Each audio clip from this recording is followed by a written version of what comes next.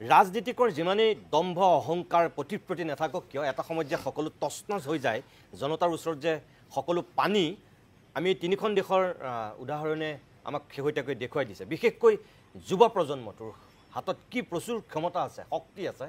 প্ৰথমে আমি শ্ৰীলংকাত দেখিলোঁ তাৰপিছত আমি বাংলাদেশত দেখিলোঁ এতিয়া আমি নেপালত দেখিলোঁ শ্ৰীলংকাত এটা সময়ত উত্তপ্ত পৰিস্থিতি আছিল কিন্তু তাৰপিছত হাম কটাৰ পিছত শ্ৰীলংকাও মোটামুটি এখন শান্ত দেশ হৈ আছিল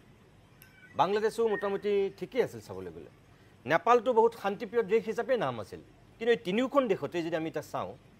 এখেতসকলে যিখিনি কথা কৈছে যে সামাজিক মাধ্যমত যিটো ভূমিকা বা যুৱ প্ৰজন্মটোৱে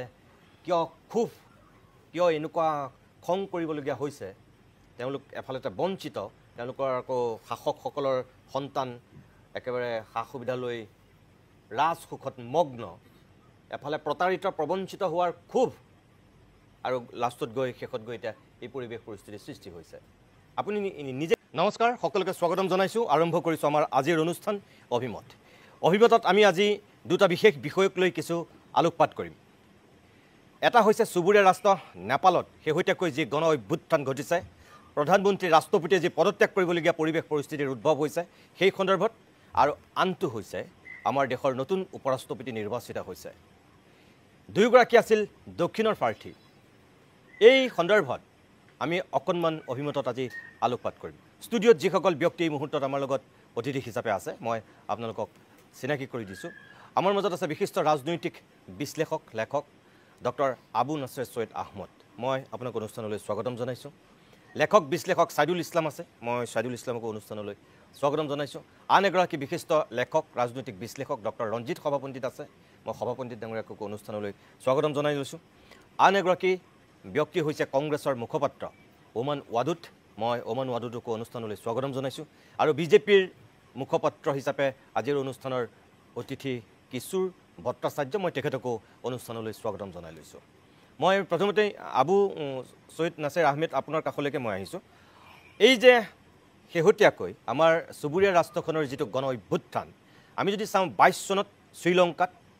যোৱা অলপতে বাংলাদেশত আৰু এতিয়া তৃতীয়খন দেশ হৈছে নেপাল সেইদিনাখনলৈকে অত্যন্ত শান্তিপ্ৰিয় এখন দেশ আছিল চুবুৰীয়া ৰাষ্ট্ৰ নেপাল কিন্তু হঠাৎ নেপালত যে এই পৰিৱেশ পৰিস্থিতিৰ উদ্ভৱ হ'ল প্ৰধানমন্ত্ৰী পদত্যাগ কৰাৰ পিছত আজি কিছু সময় পূৰ্বে ৰাষ্ট্ৰপতি পদত্যাগ কৰিবলগীয়া পৰিৱেশ পৰিস্থিতিৰ উদ্ভৱ হ'ল আপুনি দীৰ্ঘদিন ধৰি আন্তঃৰাষ্ট্ৰীয় ৰাজনীতি পৰ্যবেক্ষণ কৰিছে লিখা মেলা কৰি আহিছে খুব সূক্ষ্মভাৱে আপুনি বিশ্লেষণ কৰে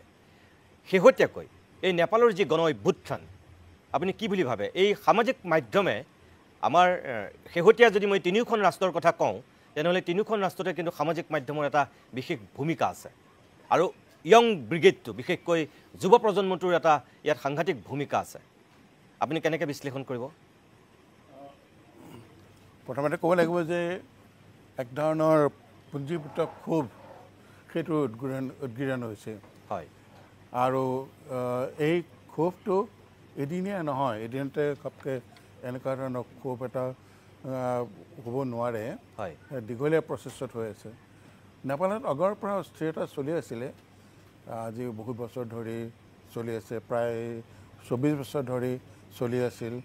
তাত ৰজাক হত্যা কৰা হৈছিলে নিজৰ সন্তানেই হত্যা কৰিছিলে তাৰপিছত বিদ্ৰোহ হৈছিলে বিৰাট ডাঙৰ বিদ্ৰোহ হৈ গৈছিলে সেই বিদ্ৰোহত বিশেষকৈ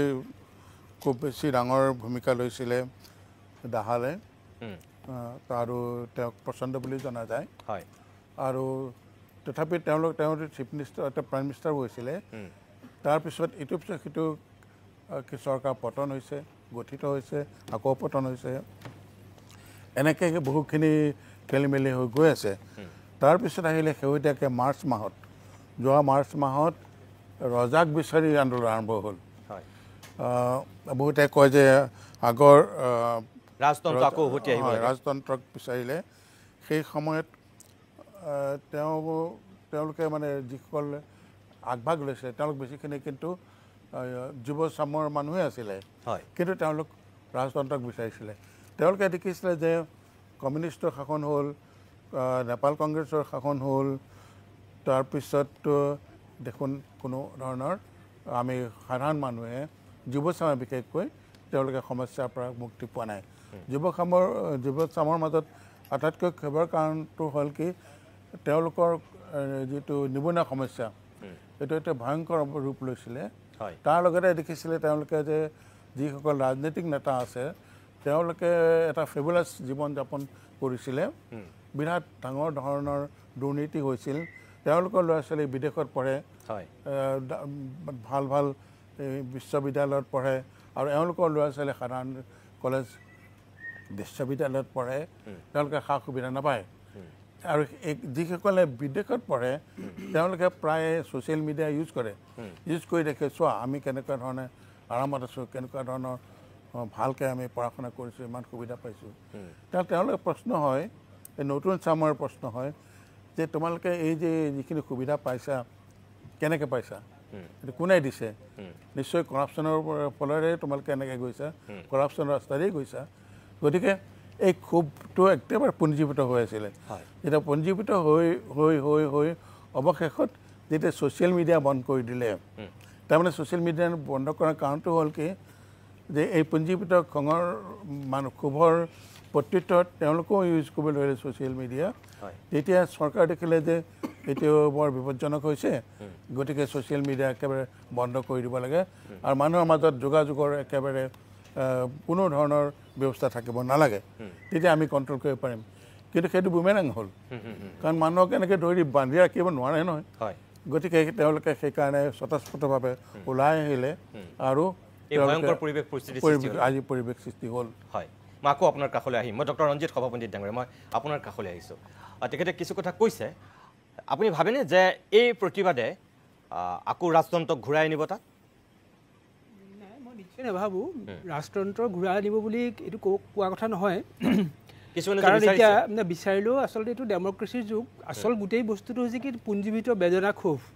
আৰু এইটো আচলতে কি হ'ল যে যেনেকৈ আমি যে চিপাহী বিদ্ৰোহত এনফিল্ড ৰাইফলটোৱে যেনেকৈ তাৎক্ষণিক কাৰণ এটা হৈছিল আৰু এতিয়া এই ছ'চিয়েল মিডিয়া 25টা আপোনাৰ প্লেটফৰ্ম বন্ধ কৰি দিছে 25টা নে 26টা আৰু যাৰ কাৰণে তেওঁলোকে হঠাতেই তেওঁলোকে উগ্ৰমূৰ্তি ধাৰণ কৰিছে কি তাৰ বেকগ্ৰাউণ্ড বহুত কথা আছে এতিয়া এইকেইটা হৈছে কি যে কিছুমান উপলক্ষ এনেকৈ যদি চাওঁ যে চুবুৰীয়া ৰাষ্ট্ৰখনত বৰ্তমান যি শাসন এই শাসন ব্যৱস্থাত তাৰ জনসাধাৰণে যথেষ্ট পৰিমাণে এটা ক্ষোভ তেওঁলোকৰ বেদনা বহুদিনৰ পৰা আছে আৰু ইয়াৰ ক্ষেত্ৰত দেখা যায় যে ৰাষ্ট্ৰখনে প্ৰত্যেক ক্ষেত্ৰতে বিদেশী ৰাষ্ট্ৰৰ ওপৰত নিৰ্ভৰশীল হ'ব লগা হৈছে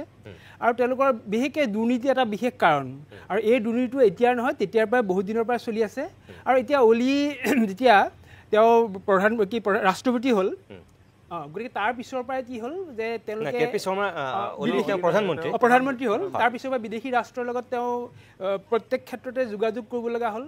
আৰু এতিয়া এই কথাটো হৈছে কি যে ছ'চিয়েল মিডিয়াটো সামাজিক মাধ্যমটো বন্ধ কৰি দিছে এইটো আচলতে কি হ'ল এটা সাংঘাতিক এটা ভুল পথ এটা তেওঁলোকে লৈছে কাৰণ এইটো হৈছে কি এটা ডেমক্ৰেটিক এটা ৰাইট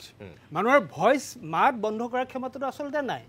কাৰণ এতিয়া তেওঁলোকে কি হৈছিল যে তেওঁ জোৰকৈ বন্ধ কৰিছে আৰু ইয়াৰ লগত মেইনলি কোন জড়িত আছে যিটো দেশখনৰ ইয়াং জেনেৰেশ্যনটো আৰু বৰ্তমান অৱস্থাত কি হৈছে কি যে এটা ইণ্ডাষ্ট্ৰিয়েল মুভমেণ্ট সেই ইলেক্ট্ৰনিক মুভমেণ্ট আৰু 1970 পৰা যিটো মুভমেণ্ট চলি আছে গোটেই পৃথিৱীজুৰি আৰু ইয়াত এটা শক্তিশালী এটা গণসংযোগ বা আপোনাৰ ছ'চিয়েল মিডিয়াটো এটা খুব ষ্ট্ৰং মাধ্যম এটা আৰু যাক বন্ধ কৰি দিয়াৰ লগে লগে ইয়াত এটা প্ৰটেষ্ট হ'বই আৰু কথা হৈছে কি যে ছ'চিয়েল মিডিয়াটোৰ লগত এটা যথেষ্ট পৰিমাণৰ অকল যোগাযোগেইটো নহয় ছ'চিয়েল মিডিয়ামৰ লগত আচলতে মানুহৰ ইনকামৰ কথাও জড়িত আছে আৰু তাৰ যিসকল ডেকা ল'ৰাৰ য়াং জেনেৰেশ্যন আৰু তেওঁলোকে কি হৈছিল তাৰ লগত তেওঁলোকৰ ইনকামৰ কথা তাৰ জীৱনৰ এটা পথ তেওঁলোকে বাছি লৈছে আৰু যেতিয়া এইটো হঠাতে বন্ধ কৰি দিয়াৰ পিছত তেওঁলোকে ইৰিটেশ্যন এটা খং ভাৱ এটাৰ সৃষ্টি হ'ব এতিয়া ধৰক আজিকালি মই দেখিছোঁ যে ছ'চিয়েল মিডিয়াৰ যোগেদি যে বহুতো নিবনুৱাই কি কৰিছে যে তেওঁলোকে ইনকামৰ পথ এটা বাছি লৈছে গতিকে এই যিটো ব্যৱস্থা হঠাতেই তেওঁলোকে কৰি দিলে আগৰ বেদনাৰ লগত এটা তেওঁলোকে বন্ধ কৰি দিলে যাৰ ফলত তেওঁলোকৰ মাজত এটা উগ্ৰ ৰূপ এটা ধাৰণ কৰিছে আৰু আগৰ কজবিলাকৰ লগত লগ হৈ পেলাই তেওঁলোকে এই অৱস্থালৈ গতি কৰিছে নিশ্চয় মই আকৌ আহিম আপোনাৰ কাষলৈ হয় মই ছাদিউল ইছলামৰ কাষলৈ আহিছোঁ আৰম্ভণিতে মই কৈছোঁ যে প্ৰথমতে শ্ৰীলংকা তাৰপিছত বাংলাদেশ এতিয়া নেপাল চতুৰ্থত কোনখন দেশ এয়া সময়ে ক'ব এতিয়া কথা হ'ল যে দক্ষিণ পূব এছিয়াতে এই ঘটনাটো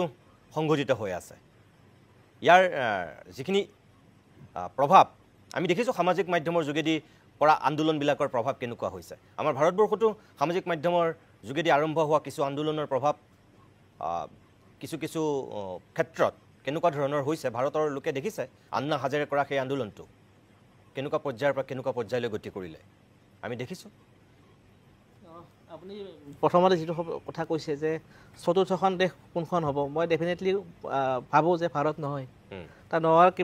বিভিন্ন কাৰণ আছে কিন্তু মই ভাবোঁ যে ভাৰত নহয় আৰু নোহোৱাটো কামনাও কৰোঁ তেনেকুৱা এটা পৰিৱেশ এই কথাটো মই কৈ থৈছোঁ দ্বিতীয় কথাটো হৈছে আপুনি ভাৰত নহয় কিন্তু পাকিস্তান হ'বলৈ আছে হ'ব পাৰে পাকিস্তান হ'ব পাৰে ইণ্ডোনেছিয়া কিছুদিন আগতে ইণ্ডোনেছিয়াত এটা আন্দাজ সৃষ্টি হৈছে পৃথিৱীৰ বিভিন্ন সৰু সৰু দেশবিলাকত এই ধৰণৰ কথা বতৰাবিলাক ঘটিব লৈছে বা ঘটিছে আৰু আপুনি চাব যিবিলাক দেশত সাংঘাতিক ধৰণৰ বৈচিত্ৰ্য নাই তেনেকুৱা দেশবিলাকত কিন্তু এই ধৰণৰ ঘটনাবিলাক বেছিকৈ হৈছে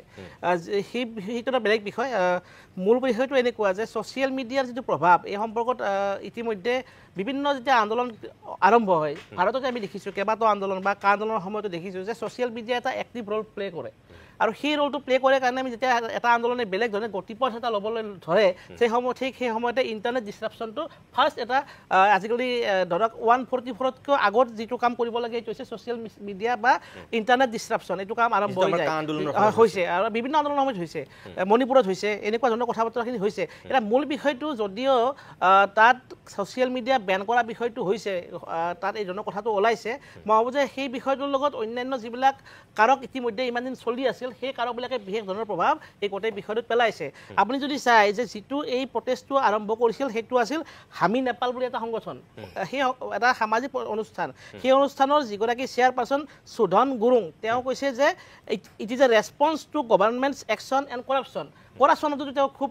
ষ্ট্ৰংলি এই বস্তুটো ৰিটাৰেট কৰিছে তেওঁ খুব ইনচিষ্ট কৰি পেলাই কৈছে যে কৰাপশ্যন আজিও তেওঁলোকে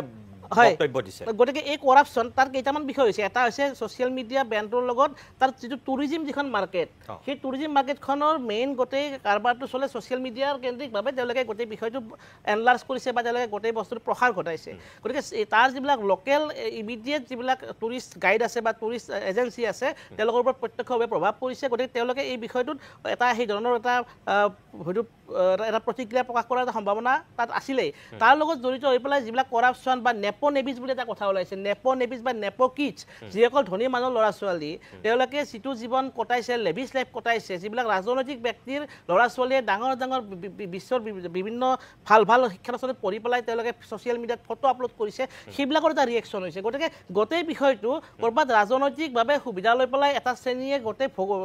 ভোগ দখল কৰিছে তাৰ বিপৰীতে এটা শ্ৰেণীয়ে পাইছে প্ৰশ্ন কৰিব খুজিছে এই গোটেই বিষয়টোৰ জৰিয়তে আমি পাইছোঁ কি এই ধৰণৰ বিষয়টোৰ লগত মই ভাবোঁ যে অৰ্থনৈতিক বৈষম্য বা অৰ্থনৈতিক গ্ৰথৰ কথাটো আছে নেপাল ইজ এ ৰিমিটেড ষ্টেট গোটেই তেওঁলোকৰ ইকনমিটো চলে ৰিমিটেঞ্চৰ ওপৰত তেওঁলোকে তেনেকুৱাকৈ চলাই আছে ৱৰ্ল্ড বেংকৰ গোটেই কথা বতৰাবিলাকৰ ৰিপৰ্টবিলাক যদি আমি চাওঁ তাৰ GDPটো একেবাৰে লাহে গ্ৰথটো একেবাৰে ল' গতিকে তেনেকুৱা প্ৰেক্ষাপটত এখন দেশত যদি ইকনমিটো একেবাৰে মজবুত নাথাকে ইকনমিটো যদি ভাঙি পৰে তেতিয়াহ'লে এনেকুৱা দেশবিলাকত সৰু সৰু দেশবিলাকত এনেকুৱা আনৰেষ্ট হোৱাৰ সম্ভাৱনাটো আটাইতকৈ বেছি থাকে আৰু তাৰ লগত যেতিয়া কৰাপশ্যনৰ বিৰুদ্ধে এটা মানুহৰ এটা আপোনাৰ যদি ছবি এটা ক্ৰিয়েট হয় সেই ছবিটোৰ বিৰুদ্ধে কিন্তু মানুহৰ এটা ঘৃণা থাকে বিশেষকৈ জেন জি শব্দটো ইয়াতে জড়িত হৈছে জেন জি বুলি কওঁতে এটা কথা আমি ক'ব লাগিব যে যিসকলে জন্ম পায়ে নিজক জনা বুজা হোৱাৰ সময়তে ইণ্টাৰনেট ব্যৱহাৰ কৰিব পাৰিছে তেওঁলোকক জেন জি বুলি কোৱা হৈছে গতিকে এই ইণ্টাৰনেট ব্যৱহাৰ কৰা ল'ৰা ছোৱালীবিলাকৰ জীৱন যাত্ৰা জীৱন ধাৰণা বা চিন্তা চেতনাটো অলপ যে বেলেগ সেইটো এই গোটেই ঘটনাটো প্ৰকাশ পাইছে এতিয়া তাৰ লগত বিভিন্ন ৰাজনৈতিক কাৰক জড়িত হ'ব পাৰে তাত অন্যান্য কথা বতৰা হ'ব পাৰে আজি যিটো ঘটনা ঘটিছে একেবাৰে শ্বেখ হাছিনা যেনেকৈ পলাই গৈছিল ছেম ষ্টাইলত তাৰ প্ৰধানমন্ত্ৰী পলাবলগীয়া পৰিৱেশ হৈছে এই কথা বতৰাবিলাকে মই ভাবোঁ যে ক'ৰবাত ৰাজনৈতিক নেতাসকলৰ যি কৰ্মকাণ্ড গোটেই পৃথিৱীত ৱৰ্ল্ড ৱাইড যিবিলাক কৰ্মকাণ্ড একেবাৰে স্বেচ্ছাচাৰী বা নিজকে ক্ষমতাশালী বুলি ভবা মানুহবিলাকে কিন্তু অন্ততঃ এবাৰ নিজকে পুনৰ প্ৰশ্ন কৰা উচিত যে এই ধৰণৰ ঘটনা হওক বা নহওক আমি কিন্তু ক'ৰবাত বেয়া কাম কৰি আছোঁ নেকি এই প্ৰশ্নটো কিন্তু কৰাৰ এটা সুযোগ দিছে বুলি মই ভাবোঁ আৰু চুবুৰীয়া নেপাল চুবুৰীয়া শ্ৰীলংকা এই ঘটনাবিলাকে যিবিলাক এটা নতুন এটা ছিগনিফিকেঞ্চ গোটেই ৱৰ্ল্ড ইকনমিত বা ৱৰ্ল্ড আপোনাৰ পলিটিকেল কালচাৰটোত আনিছে এইটো কিন্তু মই ভাবোঁ এটা সাংঘাতিকভাৱে এটা অমিনাছ চাইন একে সময়তে যিসকলে পৰিৱৰ্তন বিচাৰে যিসকলে এটা ৰিভলিউশ্যন বিচাৰে তেওঁলোকৰ কাৰণে এইটো এটা কিন্তু আশাৰো এটা হয়তো নতুন পথ এটা সন্ধান তেওঁলোকে পাইছে বুলি আমি ক'ব পাৰোঁ ঠিক আছে মই ধন্যবাদ জনাইছোঁ তিনিগৰাকী বিশ্লেষকৰ পিছত আমি দুগৰাকী ৰাজনীতিক আছে যিহেতু দুটা প্ৰধান ৰাজনৈতিক দলৰ দুগৰাকী মুখপাত্ৰ তেখেতসকলৰ কাষলৈ আমি আহিব বিচাৰিছোঁ মই উমান ৱাদুত মই প্ৰথমতে আপোনাৰ কাষলৈকে আহিছোঁ ৰাজনীতিকৰ যিমানেই দম্ভ অহংকাৰ প্ৰতিপ্ৰতি নাথাকক কিয় এটা সময়ত যে সকলো তছনছ হৈ যায় জনতাৰ ওচৰত যে সকলো পানী আমি তিনিখন দেশৰ উদাহৰণে আমাক শেহতীয়াকৈ দেখুৱাই দিছে বিশেষকৈ যুৱ প্ৰজন্মটোৰ হাতত কি প্ৰচুৰ ক্ষমতা আছে শক্তি আছে প্ৰথমে আমি শ্ৰীলংকাত দেখিলোঁ তাৰপিছত আমি বাংলাদেশত দেখিলোঁ এতিয়া আমি নেপালত দেখিলোঁ শ্ৰীলংকাত এটা সময়ত উত্তপ্ত পৰিস্থিতি আছিল কিন্তু তাৰপিছত হাম কটাৰ পিছত শ্ৰীলংকাও মোটামুটি এখন শান্ত দেশ হৈ আছিল বাংলাদেশো মোটামুটি ঠিকেই আছিল চাবলৈ গ'লে নেপালটো বহুত শান্তিপ্ৰিয় দেশ হিচাপে নাম আছিল কিন্তু এই তিনিওখন দেশতে যদি আমি এতিয়া চাওঁ এখেতসকলে যিখিনি কথা কৈছে যে সামাজিক মাধ্যমত যিটো ভূমিকা বা যুৱ প্ৰজন্মটোৱে কিয় এনেকুৱা খং কৰিবলগীয়া হৈছে তেওঁলোক এফালতে বঞ্চিত তেওঁলোকৰ আকৌ শাসকসকলৰ সন্তান একেবাৰে সা সুবিধা লৈ ৰাজসুখত মগ্ন এফালে প্ৰতাৰিত প্ৰবঞ্চিত হোৱাৰ ক্ষোভ আৰু লাষ্টত গৈ শেষত গৈ এতিয়া এই পৰিৱেশ পৰিস্থিতিৰ সৃষ্টি হৈছে আপুনি নিজে কি বুলি ভাবে যে সঁচাকৈ এইকেইটাই কাৰণ নে ইয়াত ক'ৰবাত ৰাজনৈতিক কিবা মেৰপেচ জড়িত হৈ আছে আপুনি যদি তিনিটা কাণ্ট্ৰিৰ উদাহৰণ আপুনি দিছে আৰু তিনিটা কাণ্ট্ৰি যদি আপুনি পেটাৰ্ণটো চাই অলমষ্ট ছেইম পেটাৰ্ণটো হ'ল যে ছাত্ৰবোৰে জেনজি য়াংষ্টাৰ্ছবোৰে এই গোটেই আন্দোলনবোৰ নেতৃত্ব লৈছে আন্দোলনবোৰ চলাই গৈছে ৰিস্ক লৈছে মৰিছে গোটেই প্লেনিং তেওঁলোকৰ আৰু মই নাভাবোঁ যে এই ছাত্ৰবোৰক পলিটিকেলি মটিভেট কৰিব পাৰি নেপালত ধৰক আই থিংক মাৰ্চৰ এটা ভিডিঅ' ভাইৰেল হৈছিলে এটা সৰু ল'ৰা স্কুল ড্ৰেছ পিন্ধি পেলাই তেওঁ এই আৱেগবোৰ কৈছিলে যে নেপাল আমাৰ ইয়াত কৰাপশ্যন নচলিব মূল বস্তুবোৰ এই তিনিটা কাণ্ট্ৰিৰ এটা ছেইম পেটাৰ্ণ আছে violation of rule of law স্বৈৰাচাৰী চৰকাৰ কৰাপশ্যন ইনষ্টিটিউশ্যনবোৰ কম্প্ৰমাইজড গোটেইখিনি আমি যদি গদি মিডিয়া কওঁ গোটেইখিনি বস্তু আমাৰ ইয়াতো পাব আপুনি গতিকে the pattern is same the features R same আৰু ৰিয়েকশ্যনবোৰো ছেইম ইয়াত কোনো ডিফাৰেণ্ট ৰিয়েকশ্যন হোৱা নাই আৰু আপুনি যদি কৈছে যে ঠিকে দেখা আছিলে নাই আপুনি যদি শ্বেখ হাছিনাৰ চৰকাৰক চাই আপুনি একো ঠিকে নাছিলে সেই ফ্ৰাষ্ট্ৰেশ্যনটো ওলাই অহা নাছিলে কাৰণ এনেকৈ ধৰণৰ মানে তেওঁলোকে ইনষ্টিটিউশ্যনবোৰ কম্প্ৰমাইজড হৈ আছিলে কোনোবাই কিবা এটা মাত উঠালেই তেওঁক জেলত ভৰাই দিয়া নেপালত তেনেকুৱা ধৰণৰ বস্তু হৈ আছিলে 2017 চনত এটা এয়াৰবাছ ডিল হৈছিলে তেতিয়া মই কোনটো কৈছোঁ ঠিকে মানে যে আভ্যন্তৰীণ সংঘাত দ্বন্দ্ব আছে কিন্তু বাহিৰৰ পৰা দেখাততো মানে তেওঁলোক শান্তিপূৰ্ণ নেপাল এখন শান্তিপূৰ্ণ দেশ হিচাপে নাম আছিলে নাই সেইটো আছিলে শান্তিপূৰ্ণ দেশ হিচাপে নাম আছিলে কিন্তু সেইটোৱে কৈছোঁ যে মানুহৰ ফ্ৰাষ্ট্ৰেশ্যনটো কিমান দেৰিলৈকে আপুনি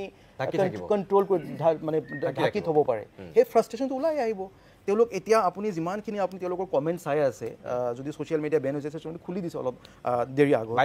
বাধ্যত পৰি খুলি দিছে কিন্তু আপুনি এই খং পাৰ্লিয়ামেণ্টৰ বিল্ডিং জ্বলাই দিয়া হৈছে প্ৰধানমন্ত্ৰীৰ ঘৰ জ্বলাই দিয়া হৈছে যিটো আটাইতকৈ ডাঙৰ নেপালৰ গদি মিডিয়া সেই বিল্ডিংটো জ্বলাই দিয়া হৈছে এই ক্ষোভটো ক'ৰ পৰা আহিলে এদিন দুদিনৰ ক্ষোভ নহয় কিন্তু আপুনি যিমানখিনি ৰিপৰ্ট আপুনি উঠাই চাই তাত যিবোৰ কমেণ্ট যিবোৰ আন্দোলনৰ যিবোৰ নেতৃত্ব লৈছে বা এইটো বেচিকেলি কোনো নেতৃত্ব নহয় চবেই একেটা কথা কৈ আছে যে উই আৰ ফ্ৰাষ্ট্ৰেটেড আমাক ইনক্লুড কৰা হোৱা নাই ডিচিশ্যন মেকিঙত কৰাপশ্যন হৈ আছে ৰুল অফ লক আপহোল্ড কৰা হোৱা নাই যধে মধে বস্তুবোৰ হৈ আছে আৰু আমাৰ কোৱালিটি অফ লাইফটো বেয়া হৈ গৈ আছে আৰু খালি এটা শ্ৰেণীৰ ফেভাৰিটিজিম হৈ আছে নেপোটিজিম হৈ আছে যিবোৰ মানুহ পাৱাৰত বহি আছে তেওঁৰ আশে পাশে মানুহবোৰেই কিন্তু বেনিফিটেড হৈ আছে বাকী যিবোৰ জনসাধাৰণ তেওঁলোকে বেনিফিটেড হোৱা নাই এই বস্তুটো same story you will hear in Bangladesh same story you will hear in Sri Lanka so' পেটাৰ্ণটো ছেম বাহিৰৰ পৰা আমি দেখিব পাৰোঁ যে মানুহে প্ৰটেষ্ট কৰা নাই অলপ শান্তিপূৰ্ণ হৈ আছে বাট ইট ৱাজ ব্ৰিউইং আণ্ডাৰ লাহে লাহে এই ফ্ৰাষ্ট্ৰেশ্যনটো এতিয়া বাহিৰত ওলাই গৈছে আৰু কিমান বেছি ফ্ৰাষ্ট্ৰেশ্যন আছিলে গতিকে আমি বাহিৰৰ পৰা ক'ব পাৰোঁ যে শান্তিপূৰ্ণ হৈ আছে যদি শান্তিপূৰ্ণ হৈ থাকিলেহেঁতেন আজি প্ৰধানমন্ত্ৰী শ্বেখ হাছিনাটো ওলাই আহিছিলে মই ইমাত্ৰ জাষ্ট ফটো চালোঁ একদম তেজেৰে ভৰা প্ৰাইম মিনিষ্টাৰ তেওঁ চাগে মানে ঠিকে আছে but all blooded he is wet under blood so' আপুনি ভাবিব পাৰে যে এই ক্ষোভটো ক'ৰ পৰা আহিলে গতিকে মই নাভাবোঁ যে এই বাহিৰৰ পৰা যিটো আমি শান্তিপূৰ্ণ চাওঁ শান্তিপূৰ্ণ নাছিলে এই ফ্ৰাষ্ট্ৰেশ্যনটো লাহে লাহে বাঢ়ি আছিলে আৰু এই ফিচাৰবোৰৰ কাৰণে যে আইনৰ শাসন নাছিলে কৰাপশ্যন হৈ আছিলে নেপোটিজিম হৈ আছিলে এই জেনজিক প্ৰকাশ ঘটি গ'ল এইটো তাৰ এতিয়া প্ৰকাশ ঘটিছে ধন্যবাদ জনাইছোঁ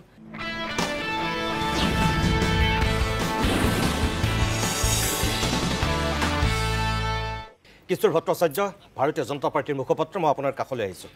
চাৰিওগৰাকীৰ বক্তব্য আপুনি শুনিলে কি ক'ব আপুনি সামগ্ৰিকভাৱে এই দক্ষিণ পূব এছিয়াতেই ইখনৰ পিছত সিখন দেশ এক প্ৰকাৰ আক্ৰান্ত হৈছে যিসমূহ কাৰণ ইয়াত বিশ্লেষণ কৰা হৈছে সেই কাৰণখিনিতো হয়েই একেবাৰে নস্যাৎ কৰিব পৰা নহয় কিন্তু মই ভাবোঁ ইয়াত এটা আন্তৰ্জাতিক কথাও জড়িত হৈ আছে আপুনি যদি গোটেই পৰিস্থিতি আৰু পৰিৱেশটো বিশ্লেষণ কৰে শ্ৰীলংকাত যেনেদৰে হৈছিলে বাংলাদেশত যেনেদৰে হৈছিলে নেপালতো তেনেদৰে হৈছে অৰ্থাৎ এই যিটো সামগ্ৰিকভাৱে জনতাৰ একদম ক্ষোভটো গৈ parliament president house prime ministers house এইবিলাকত গৈ যি ধৰণে অত্যাচাৰ আজি নেপালৰ পাৰ্লিয়ামেণ্ট হাউচে জ্বলাই দিছে হয় গতিকে এই ধৰণৰ যিটো লক্ষণ আমি সেম ধৰণৰ গোটেই বস্তুটো দেখিব আপুনি গোটেই ইয়ং জেনেৰেশ্যনটোৱে পাৰ্টিচিপেট কৰিছে আৰু এইটো একেবাৰে অতি চূড়ান্ত ৰূপ লৈছে নেপালতো দেখিছোঁ তাতে বন্দুক বাৰুদো হাতত দেখা গৈছে গতিকে এই যিটো কথা ইয়াৰ লগত এটা আন্তৰ্জাতিক সম্পৰ্কৰ কথাও জড়িত হৈ আছে কেৱল নেপালৰ শাসকবৰ্গই সেই কথাটো হয়তো অনুধাৱন কৰিব নোৱাৰিলে যে পুঞ্জীভূত ক্ষোভটো যে এনেদৰে হঠাৎ মানে বিস্ফোৰণ ঘটিব কিছুদিনৰ আগতে চীনত পৃথিৱীৰ আমাৰ গুৰুত্বপূৰ্ণ কেইবাখন দেশৰ বিশেষকৈ এছিয়াৰ যিখিনি নেতা তাত লগ হৈছিলে তাত ভাৰতৰ প্ৰধানমন্ত্ৰী আছিলে আনকি নেপালৰ প্ৰধানমন্ত্ৰী অলিও গৈছিলে অলিকো আমাৰ চীনৰ প্ৰধানমন্ত্ৰী চীনৰ ৰাষ্ট্ৰপতি জি জিনপিঙৰ লগত দেখা গৈছিলে ছ'চিয়েল মিডিয়াত আমি সেই ফটো দেখিছোঁ তাৰ পৰা আহি চাইনা আৰু আমেৰিকাৰ এটা ডিপ ষ্টেটৰ ইয়াত এটা গোটেই হেৰিত দক্ষিণ পূব এছিয়াত আমেৰিকান ডিপ ষ্টেটে এটা খুব সংগোপনে এটা ইয়াত তেওঁলোকৰ প্ৰভুত্ব বিস্তাৰ কৰিবলৈ এটা কাম কৰি আছে বুলি বহুত বিশ্লেষকে নেপালৰ এই ঘটনাটোৰ পিছত মন্তব্য কৰিছে এইটো অনুমান কৰিব পৰা যায় যে গোটেই মানে ঘটনাৰ যিটো গুৰি সেইটো সামান্য অৰ্থাৎ ফিৰিঙতিতে খান্দবদা হৈছে শ্ৰীলংকাত একেটাই হৈছে বাংলাদেশত একেটাই হৈছে অজুহাত এটা লৈছে মাত্ৰ কিন্তু সেই অজুহাতৰ আধাৰত কিন্তু বাকী প্ৰটেষ্টৰ ধৰণ তেওঁলোকৰ যি লক্ষ্যবিলাক সাধাৰণতে দেখিব এই প্ৰধানমন্ত্ৰী ৰাষ্ট্ৰপতিৰ বাসভৱন প্ৰধানমন্ত্ৰী ৰাষ্ট্ৰপতিৰ পৰিয়াল একে ধৰণৰ হৈছে গতিকে ইয়াৰ যোগেদি এটা কথা নিশ্চিত হৈছে ইয়াত যেন কোনোবা এটা শক্তি মানে জড়িত হৈ আছে আজি যেনেকৈ আমেৰিকাৰ অতিকৈ ঘনিষ্ঠ বাংলাদেশৰ আমাৰ মহম্মদ ইউনিছ চাহাবক তাত তেওঁলোকে বিচাৰিছিলে ছাত্ৰসকলে সেইমতে তেওঁ মানে তাৰ ৰাষ্ট্ৰপ্ৰধান হ'ল ইয়াতো আপোনাৰ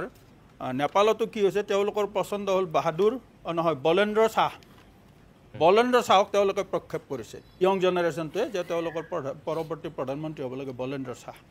বলেন্দ্ৰ শাহৰ বিষয়ে নিউয়ৰ্ক টাইমছ আৰু আপোনাৰ টাইম মেগাজিনে কিছুদিনৰ আগতে বলেন্দ্ৰ শাহৰ মানে খুব উচ্চ প্ৰশংসা কৰি লিখা বুলি আজি চৰ্চা হৈছে যে কোনোবাখিনিত তাৰমানে বলেন্দ্ৰ শাহ আৰু আমেৰিকাৰ ডিপ ষ্টেটৰ মাজত এটা ৰিলেশ্যনশ্বিপ আগৰ পৰা আছিলে যেনেকৈ ইউচুফক যেনেকৈ মহম্মদ ইউনিছক যেনেকৈ বাংলাদেশত অনা হ'ল ঠিক তেনেদৰে বলেন্দ্ৰ শাহক এতিয়া প্ৰজেক্ট কৰিব খোজা হৈছে ইয়াৰ অন্তৰালত যে এই গোটেই ঘটনাক্ৰমৰ অন্তৰালত বিশেষকৈ বলেন্দ্ৰ শাহৰ নামটো উচ্চাৰিত হোৱাৰ লগে লগে এই কথাটো এক প্ৰকাৰ পোহৰলৈ আহিছে যে ইয়াত এটা আমেৰিকাৰ ডিপ ষ্টেটৰ এটা ইয়াত ষড়যন্ত্ৰ হয়তো থাকিব পাৰে এইটো এতিয়াই নদি এই মুহূৰ্ততে নদি ক'ব নোৱাৰিলেও কিন্তু ৰাজনৈতিক বিশ্লেষকসকলে এই কথাটো অনুমান কৰিছে কাৰণ যোৱা সময়ছোৱাত ভাৰতৰ সৈতে আমেৰিকাৰ সম্পৰ্কটো বৰ মধুৰ হৈ থকা নাই তাৰ বিপৰীতে চীনৰ লগত ভাৰতৰ দ্বিপাক্ষিক সম্পৰ্ক উন্নত হৈছে আৰু এই যিটো আমেৰিকান এপবিলাক যে বন্ধ হৈ গ'ল 26টা এপ যেনেকৈ বন্ধ কৰি দিলে চৰকাৰে ৰেজিষ্ট্ৰেশ্যন ফেইল হোৱাৰ মানে অজুহাত দেখুৱাই যে সময়মতে ৰেজিষ্ট্ৰেশ্যন কৰিব পৰা নাই কোম্পানীবিলাকে হেঁচা দিছে সেইটো চৰকাৰে অপাৰগতা প্ৰকাশ কৰিছে যাৰ ফলত এইটো বন্ধ কৰিবলগীয়া হৈছে এই ধৰণৰ ৰেষ্ট্ৰিকশ্যন আনিবলগীয়া হৈছে এই ধৰণৰ চৰকাৰীভাৱে বিবৃতি দিয়া হৈছে বোধহয় সেইটো তেওঁলোকৰ এটা ডিপ্ল'মেটিক এটা ভুল নহ'লে কাৰণ আমেৰিকাই এই কথাটো আগৰ পৰাই এটা হেঁচাত ৰাখিব খুজি আছিল যে আমেৰিকাই চাইনাৰ লগত নেপালৰ যিটো সম্পৰ্ক চাইনাৰ লগত যিটো বাংলাদেশৰ সম্পৰ্ক যিধৰণে মধুৰ হ'ব ধৰিছিল তাৰ বিপৰীতে আমেৰিকাই যেনেকৈ এইটো চেণ্ট মেৰিনা কি আছিল দ্বীপটো সেই দ্বীপটো যেনেকৈ তেওঁলোকে সামৰিক ঘাটি হিচাপে ব্যৱহাৰ কৰাৰ অনুমতি বিচাৰি বাংলাদেশ চৰকাৰৰ শ্বেখ হাছিনাৰ পৰা সেইটো যেতিয়া সঁহাৰি নাপালে তাৰ পিছতে আমেৰিকাই তাত কাম কৰা আৰম্ভ কৰিছিলে যে চৰকাৰখন সেইখন চৰকাৰৰ পতন ঘটাব লাগে গতিকে আন্তঃৰাষ্ট্ৰীয় স্তৰত যিবিলাক বিশ্লেষক ৰাজনৈতিক বিশ্লেষক তেওঁলোকে কিন্তু ঘটনাটোক এই ধৰণেহে এতিয়া লাহে লাহে ব্যাখ্যা কৰিবলৈ লৈছে কাৰণ এই সৰু সৰু ৰাষ্ট্ৰবোৰ এই গোটেইখিনি কিন্তু ভাৰতবৰ্ষৰ প্ৰতিবেশী ৰাষ্ট্ৰ আজি শ্ৰীলংকা কওক বাংলাদেশ কওক নেপাল কওক গোটেইখিনি ভাৰতবৰ্ষৰ প্ৰতিবেশী ৰাষ্ট্ৰ আৰু সৰু সৰু ৰাষ্ট্ৰত এনেধৰণৰ বিদ্ৰোহ ঘটাবলৈ খুব সহজ কিন্তু ভাৰতৰ দৰে বিশাল দেশ এখনত এইটো কাম পটককৈ কৰিব নোৱাৰে কাৰণ আমাৰ ইয়াত বিভিন্ন বৈচিত্ৰ্যতা আছে আৰু আমাৰ ইয়াত এনেকুৱা হয় মহাৰাষ্ট্ৰত এটা বিষয় লৈ যদি কিবা কাৰণত আন্দোলন হয় এনেকুৱা আন্দোলন হ'লেও তাৰ প্ৰভাৱ হয়তো উত্তৰ পূৰ্বত নপৰিব আমাৰ ইয়াত কা আন্দোলন হৈছিল কা আন্দোলনৰো কিন্তু গতিবিধিটো এনেকুৱাই আছিলে সব ছ'চিয়েল মিডিয়াৰ যোগেদিয়ে সংগঠিত হৈছিল যিমান ল'ৰা ছোৱালী ছাত্ৰ ছাত্ৰী ৰাজপথলৈ ওলাই আহিছিল সেইবিলাকৰ কিন্তু কোনো ধৰণৰ কোনো পাব্লিক এপিল নাছিল কোনো সভা কৰি লোৱা সিদ্ধান্ত নাছিল কোনো লিডাৰ নাছিল গোটেই সকলোবিলাকে ছ'চিয়েল মিডিয়াৰ যোগেদিয়ে সংগঠিত হৈছিল আৰু ছ'চিয়েল মিডিয়াৰ যোগেদি তেওঁলোকে ৰাজপথলৈ ওলাই আহিছিল আৰু কা আন্দোলনতো ইয়াত যি ধৰণৰ ধ্বংসলীলা হৈছিল সেই সময়ত জাপানৰ প্ৰধানমন্ত্ৰী অসম ভ্ৰমণ কৰিবলগীয়া আছিলে যাৰ ফলত জাপানৰ প্ৰধানমন্ত্ৰী ভ্ৰমণ স্থগিত হ'ল গতিকে এই কিন্তু তৎসত্ত্বেও ইয়াৰ প্ৰভাৱ কিন্তু আমাৰ বেংগলত পৰা নাই ৱেষ্ট বেংগলত পৰা নাই দিল্লীত পৰা নাই বা ভাৰতবৰ্ষৰ আন ৰাজ্যত পৰা নাই ঠিক তেনেকৈ মণিপুৰত যিটো ঘটনা হৈছে মণিপুৰৰ ঘটনাটোৰ পিছত কিন্তু তাৰ প্ৰভাৱ উত্তৰ পূৰ্বাঞ্চলৰ আনকি বাকী ৰাজ্যকেইখনতো পৰা নাই ইয়াত স্বাভাৱিক জীৱন যাত্ৰা অব্যাহত আছে গতিকে এই কথাটো আমেৰিকান ডিপ ষ্টেটৰ হেৰিবিলাকে জানে তেওঁলোকৰ কৌশল নিৰ্ণয়কাৰী মানে মানুহবিলাকে জানে সেইকাৰণে ভাৰতবৰ্ষক তেওঁলোকে সাহস নকৰে কিন্তু ভাৰতবৰ্ষৰ প্ৰতিবেশী ৰাষ্ট্ৰবিলাকত তেওঁলোকৰ পচন্দৰ মানুহ একোজন বহুৱাই ভাৰতৰ ওপৰত সকলো সময়তে এটা চাপ সৃষ্টি কৰি ৰাখিবৰ কাৰণে তেওঁলোকে যোৱা সময়ছোৱাত কাম কৰি আহিছে আৰু মই ভাবোঁ আজিৰ যিটো ঘটনা নেপালৰ যোৱাকালিৰ আৰু আজিৰ যিটো ঘটনা তাৰে এটা সেই ঘটনাক্ৰমৰে এটা পৰিণাম বুলি মই ভাবোঁ নিশ্চয় মই ধন্যবাদ জনাইছোঁ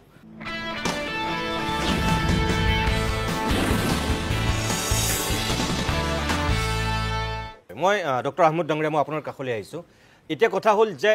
এই যে ঘটনাবিলাক ঘটিছে ইখনৰ পিছত সিখন দেশত সামাজিক মাধ্যমৰ এটা ব্যাপক প্ৰভাৱ আছে এই তিনিওখন দেশতে যিখিনি ঘটনা এতিয়া ঘটিলে আপুনি কি বুলি ভাবে যে যিটো লক্ষ্য আৰু উদ্দেশ্যত প্ৰথমতে আৰম্ভ হয় তাৰ পৰিণতিটো কি হৈছেগৈ গৈ শ্ৰীলংকাত বাংলাদেশত আমি দেখিছোঁ মহম্মদ ইউনিছক তেওঁলোকে মানে তদাৰকী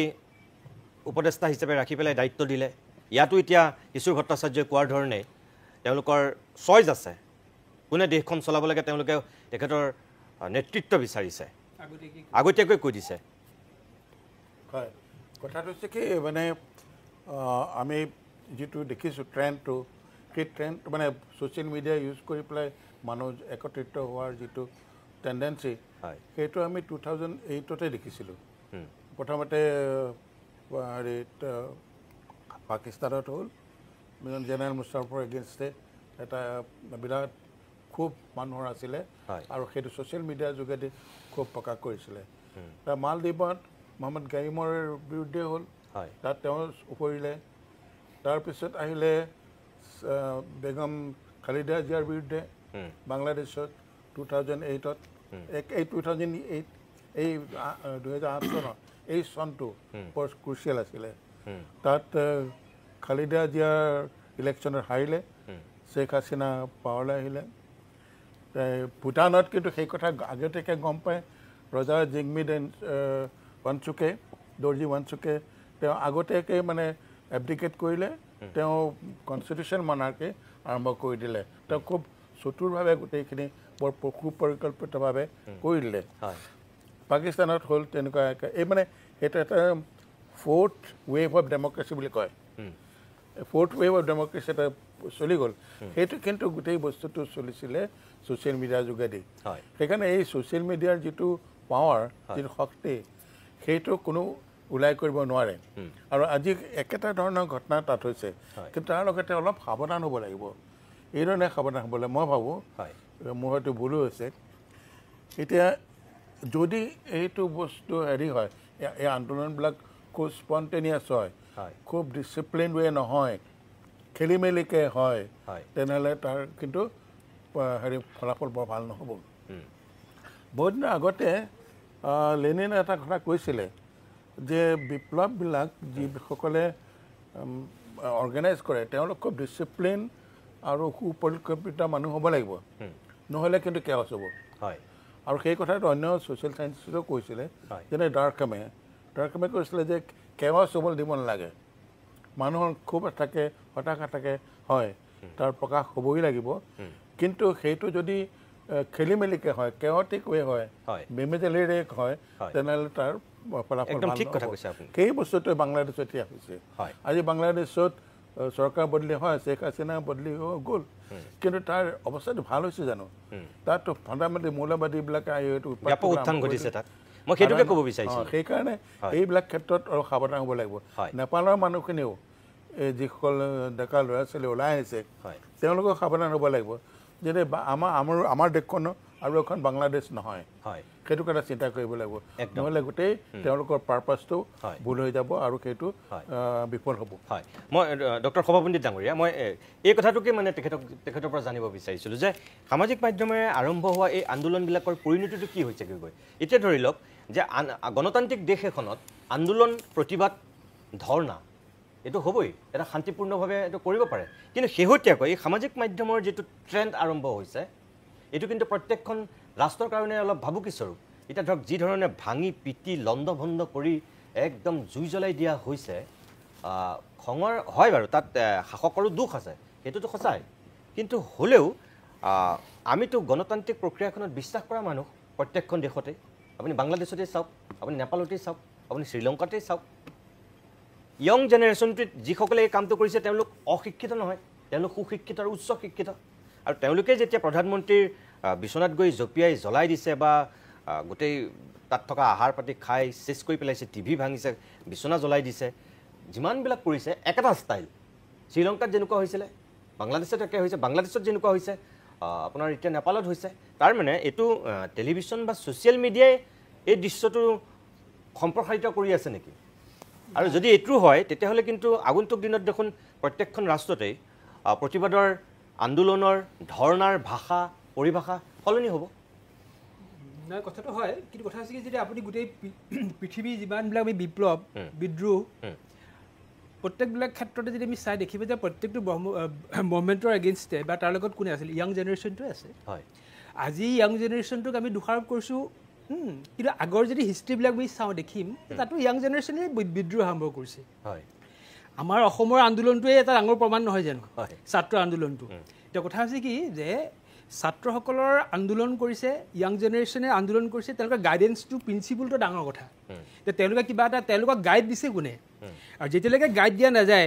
যেতিয়ালৈকে প্ৰপাৰ গাইডেন্স নাপায় আৰু তেতিয়াই বস্তু হৈছে কি তেওঁলোকৰ যিটো পথৰ পৰা তেওঁলোকে আচলতে উজুতি খায় এতিয়া মই ছ'চিয়েল মিডিয়া এতিয়া বৰ্তমান হৈছে ছ'চিয়েল মিডিয়া বহুত সচকিত হৈছে বহুত ষ্ট্ৰং হৈছে আৰু এতিয়া ছ'চিয়েল মিডিয়াই আচলতে গোটেই আন্দোলনবিলাকক খুব কম সময়তে স্প্ৰেড কৰাৰ সুবিধাখিনি পাইছে আগতে যেনিবা সেইখিনি কৰিব পৰা নাছিলে কিন্তু আকৌ এতিয়া কৈছে কি এই ছ'চিয়েল মিডিয়াকে আকৌ কৰিছে আমি শাসক পক্ষই ভয় কৰিছে যে এই ছ'চিয়েল মিডিয়াৰ কাৰণেই যে আন্দোলনটো বেছি স্প্ৰেড হৈ গৈছে তাৰ কাৰণেও আচলতে তাৰ ওপৰত ব্যৱস্থা গ্ৰহণ কৰিছে যি কি নহওক এতিয়া গোটেইবিলাক কথা ক'বলৈ যদি চাওঁ দেখিম যে এই আজি নেপালত যিটো ঘটনা ঘটিছে আৰু ওচৰ চুবুৰীয়া ৰাষ্ট্ৰ যিবিলাক আমি বাংলাদেশৰ ক্ষেত্ৰতে হওক শ্ৰীলংকাৰ ক্ষেত্ৰতে একেই আৰু চবেই প্ৰথমতে এই ডেকা শক্তিটোৱে মুভমেণ্টটো আৰম্ভ কৰিছে তাতো একেই আৰু তেওঁলোকে পিছত গৈ পেলাই দেখিছে যে তেওঁলোকে যেন নিজৰ অস্তিত্বটো জাহিৰ কৰিব ঠিক পৰা নাই অৰ্থাৎ তেওঁলোকে যেন বিচলিত হৈছে গতিকে এই ক্ষেত্ৰত তাৰমানে কি এটা চিন্তাৰ বিষয় যে আপুনি কোৱা কথাখিনি এইটোৱে মোক ক'ম যে আচলতে আমি মুভমেণ্টটো ক'বলৈ যাওঁতে আন্দোলনটো কৰিবলৈ যাওঁতে যে অকল চিন্তা কৰিব লাগিব যে এটা আইডিঅলজি এটা লৈ ল'ব লাগিব এটা আদৰ্শ আমি কি কৰিম সেই চিন্তাটো আচলতে অলপ কৰি ল'ব লাগিব ছ'চিয়েল মিডিয়াটো আমাৰ হেল্প কৰিছে আন্দোলনটো ঘপককৈ বাঢ়ি গৈছে কিন্তু তাৰপিছত আকৌ তাৰ পতনটো কিন্তু ঘপককৈ হৈ গৈছে একদম গতিকে এতিয়া যেনেকৈ উত্থান আৰু পতন এই বস্তুটো একেবাৰে মানে ঘপককৈ হৈ গৈছে আৰু সেইটো বাংলাদেশে একেবাৰে আমাৰ স্পষ্ট প্ৰমাণ আৰু দ্বিতীয় আমাৰ ভট্টাচাৰ্যই এটা কথা কৈছে যে এইটো আন্তঃৰাষ্ট্ৰীয় এইটো কথাটো একদম ডিনাই কৰিবলগীয়া কথা নহয় একদম স্পষ্ট কথা কাৰণ আমি দেখিছোঁ যে বাংলাদেশৰ ক্ষেত্ৰতে দেখিছোঁ বা শ্ৰীলংকাৰ ক্ষেত্ৰতে দেখিছোঁ আৰু এতিয়া নেপালৰ ক্ষেত্ৰতে আৰু যে ওচৰ চুবুৰীয়া যিবিলাক ৰাষ্ট্ৰ ম্যানমাৰৰ ক্ষেত্ৰতো আমি দেখি আহিছোঁ যে চাইনাৰ প্ৰভাৱটো তাত অত্যন্ত বেছি আগৰ পৰাই হৈ আছে ঠিক যেনেকৈ আমি ভূটানৰ ক্ষেত্ৰতো তাৰ আমি দেখিছোঁৱেই যিটো আমি দেখিছোঁ যে যিটো আমেৰিকাই ডাইৰেক্ট চীনক একো কৰিব নোৱাৰে কিন্তু চীনৰ লগত বেছি ভাল তেওঁলোকক মানে তেওঁলোকে ডাউন কৰিবৰ কাৰণে তেওঁলোকৰ ওপৰত এটা ৰাজনৈতিক এটা চেলু ল'বৰ কাৰণে এটা সুবিধা লৈ আহিছে গতিকে এইবিলাক হৈছে কি আমাৰ দৃষ্টিগোচৰ হৈছে আৰু এইবিলাকে আমি ভৱিষ্যতটো আমাৰ ভাৰতৰ কাৰণে যেনে সংশয় এটা কাৰণ আৰু এইবিলাক হ'লে আমাৰ এটা ভাৱ হয় যে আমাৰ কোনোবা ষ্টেটত এনেকুৱা কিছুমান আমাৰ ঘটনা ঘটিব নেকি বা হ'বলৈ গৈ আছোঁ নেকি গতিকে এই ক্ষেত্ৰত মানে এইবিলাক এনেকুৱা হয় যে ভাৰতৰ কাৰণে এইবিলাক হৈছে কি এটা যেন শিক্ষাৰ এটা লেচন হওক আমাৰ দেশৰ কাৰণেও এটা লেচন হওক আমাৰ এতিয়া ভাৰত আৰু নেপালৰ যিটো সীমান্ত 1000তকৈ বেছি কিলোমিটাৰ আপোনাৰ এটা দীঘলীয়া সীমা আছে হয় গতিকে সেইবিলাক কথাই গতিকে এনেই আচলতে কি হ'ল আজি ভাৰতৰ লগত নেপালৰ যিটো ৰাজনৈতিক সম্পৰ্ক অতি মধুৰ আছিল, আগৰ পৰা আছে। আৰু বিশেষকৈ এইটো আছে কি যে দেখা যায় ইয়াৰ ধৰ্মীয় ৰীতি নীতিৰ ক্ষেত্ৰতো এটা বেলেগ কথা আছিল, সিও এটা সম্পৰ্ক এটা কাৰণ। আৰু দ্বিতীয় কথা আছে কি তেওঁলোকৰ উৎপাদন, দেশখনৰ যিবিলাক অনাজ বুলি কওঁ আমি, যিটো খাদ্যৰ যিটো প্ৰধান আমাৰ খাদ্যখিনি, সেই খাদ্যখিনি আচলতে কি হ'ল তেওঁলোকৰ নিজৰ উৎপাদনটো যথেষ্ট কম। আৰু সেই ক্ষেত্ৰত তেওঁলোকে সদায় ভাৰতৰ ওপৰত নিৰ্ভৰশীল হয়। আৰু যেতিয়াই চৰকাৰখন সলনি হয় তেতিয়া দেখিছোঁ আকৌ ক্লেছ এটা সৃষ্টি হয়। আৰু যেনেকৈ ধৰক আপুনি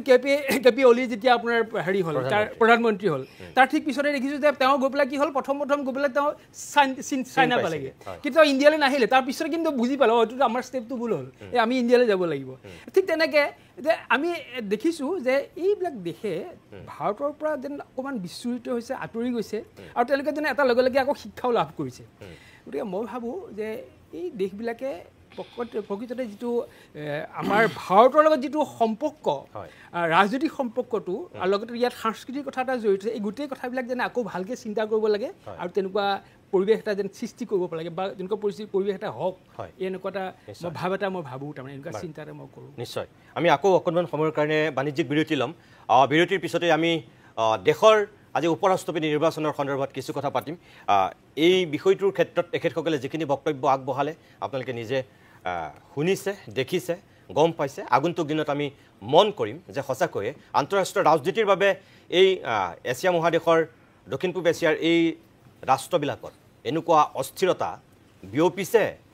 কৌশলগতভাৱে বিয়পাই দিছে, নে সঁচাকৈ আভ্যন্তৰীণ দুৰ্নীতি ভ্ৰষ্টাচাৰৰ বিৰুদ্ধে বা অপশাসনৰ বিৰুদ্ধে সঁচাকৈয়ে দেশৰ ভৱিষ্যত প্ৰজন্ম বুলি যাক আমি কওঁ, উঠি অহা ডেকা বন্ধুসকলক, তেওঁলোকৰ মনৰ খুব অসন্তুষ্টিৰ সঁচাকৈয়ে স্বতঃস্ফূৰ্ত বহিঃপ্ৰকাশ ঘটিছে। আৰু যদি সেয়াই হয় তেনেহ'লে আগন্তুক দিনত ইখন দেশৰ পিছত সিখন দেশলৈ এইবিলাকৰ প্ৰভাৱ পৰিব নেকি? ভাৰতবৰ্ষত এখেতসকলে কৈছে ইয়াৰ কোনো প্ৰভাৱ তেনেকৈ নপৰে, কিন্তু তাত চিন্তাৰ কাৰক আছে বুলি কৈছে। এইখিনি কথা মন কৰিবলগীয়া।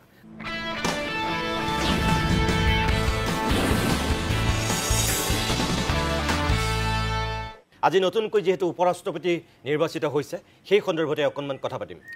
মই চাইদুলৰ পৰা আৰম্ভ কৰিছোঁ। চাইদুল, দুয়োগৰাকী প্ৰাৰ্থী দক্ষিণৰ আছিল, অৱশেষত NDA জয়ী হ'ল, 452খন তেওঁলোকে সংসদৰ সমৰ্থন লাভ কৰিলে, আৰু UPA 300টা ভোট লাভ কৰিলে। এইটো অৱধাৰিত আছিল, NDA জিকিব বুলি আগতে এইটো সকলো মোটামুটি নিশ্চিতই হৈ আছিল। এই যে দক্ষিণৰ প্ৰাৰ্থী আছিল দুয়োগৰাকী, ইয়াৰ মূল কাৰণটো কি বাৰু? এটা কথা কৈ থওঁ যে নাম্বাৰ যিটো গেম, এৰিথমেটিক্স বাই এৰিথমেটিক্স, এইটো ৰিজাল্টটো আগতে ওলাই আছিলে, আৰু ওলাই থাকে, নৰ্মেল চাইলি থাকে। 1952ৰ পৰা মাত্ৰ 3গৰাকী উপৰাষ্ট্ৰপতিয়ে এতিয়ালৈকে আনকণ্টেষ্টেড জিকিছে, আদাৰৱাইজ বাকী চব কণ্টেষ্ট হৈছে, আৰু কণ্টেষ্টবিলাক নামমাত্ৰ হয় বেছিভাগ ক্ষেত্ৰতে। এইবাৰ আপোনাৰ যোৱাবাৰ যিটো ৰিজাল্ট আছিল সেইটোতকৈ এইবাৰ অপজিশ্যনে কিছু ভাল কৰিছে। যোৱাবাৰ 22% ভোট পাইছিল, এইবাৰ 40% ভোট পাইছে। কথাটো সেইটো। এতিয়া আপোনাৰ মূল কথাটো এইটো যে দক্ষিণৰ কাহিনীটো যিটো আহিলে, দক্ষিণৰ কথাটো এনেকুৱা, 26 চনৰ এপ্ৰিল মে' মাহত যদি অগাবিছা নহয় নিৰ্বাচন, তেতিয়াহ'লে 5খন ষ্টেটত নিৰ্বাচন হ'ব। অসম, ৱেষ্ট বেংগল, কেৰেলা, তামিলনাডু, আৰু এখন কেন্দ্ৰীয় শাসিত অঞ্চল পণ্ডিচেৰী। এই কেইখনৰ ভিতৰত অসম বা আপোনাৰ কেৰেলাত কিছু,